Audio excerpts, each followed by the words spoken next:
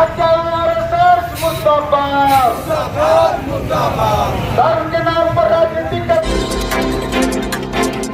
मैं विश्वनाथ प्रताप यादव। आप देख रहे हैं न्यूज बिहार नेशन। अभी हम अरवल जिले के गांधी पुस्तकालय में मौजूद है, जहां बता दें कि आज महात्मा गांधी का पुण्यतिथि और महात्मा गांधी के पुण्यतिथि के अवसर पर भाकपा माले विधायक अरवल महानंद सिंह के द्वारा संकल्प सभा का आयोजन किया गया। आज महात्मा गांधी जी का शहादत दिवस है और आज हम लोगों का यहाँ पर एक संकल्प सभा होगी।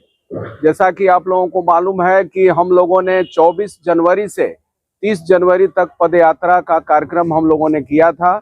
24 जनवरी को जननायक कर्पूरी ठाकुर के जन्म शताब्दी दिवस के अवसर पर हम लोगों ने शुरुआत किया और आज गांधी जी के स्मारक गांधी जी के शहादत दिवस पर इसका अंतिम हम लोग कार्यक्रम करेंगे और इसमें सभा करेंगे। जैसा कि आप लोग जानते हैं कि देश के सामने जहां गांधी जी पूरे देश में गंगा जमुनी तहजीब को स्थापित करने के लिए, यहाँ हिंदू मुस्लिम एकता के लिए जब पूरा भारत जश्न में डूबा हुआ था और गांधी जी पूरे देश में एकता के लिए हिंदू मुस्लिम के बीच जो तनाव था, जहां कहीं भी तनाव हो रहा था वहां गांधी जी जाकर के उसको आपस में सद्भाव कायम करने के लिए वो तत्पर रह रहे थे।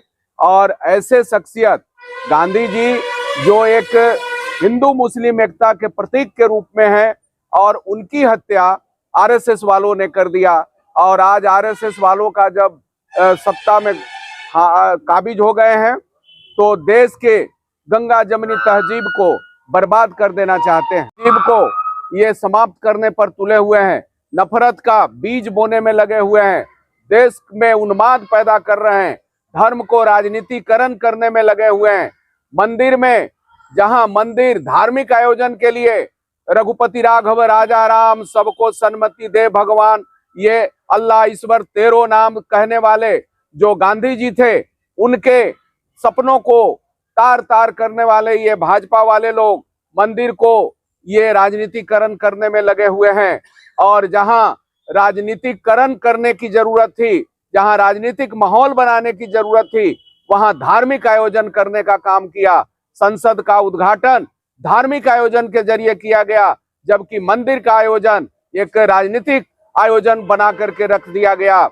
ये देश के लिए बहुत सबसे खतरनाक है और देश के जो लोगों का जरूरत है, यहाँ रोजगार का सवाल है, महंगाई का सवाल है, लोगों का सिंचाई से लेकर स्वास्थ्य पढ़ाई और लोगों के आमदनी कैसे बढ़े, इस पर सरकार की चिंता की बजाय सरकार अभी मंदिर मस्जिद में लोगों को धर्म में अझुराने का काम कर रहे हैं। एक तो ये बात है। दूसरी बात, जननायक कर्पूरी ठाकुर के उनके 100 वर्ष के शताब्दी वर्ष पर हम लोगों ने आयोजन किया था।